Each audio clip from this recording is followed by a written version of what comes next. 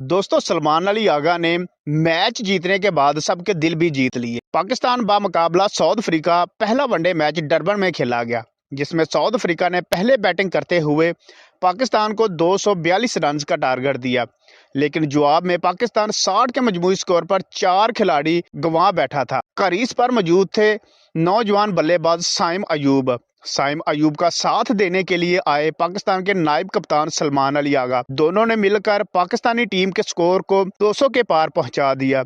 जब पाकिस्तान को मजीद 32 रन दरकार थे मैच जीतने के लिए, तो साइम अयूब 109 रन बनाकर आउट हो गए, लेकिन सलमान अली आगा पाकिस्तान को जितवा कर ही वापस आए।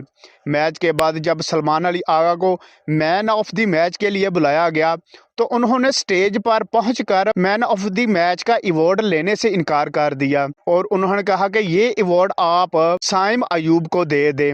हालांकि इस अवार्ड का हकदार सलमान अली आगा ही थे।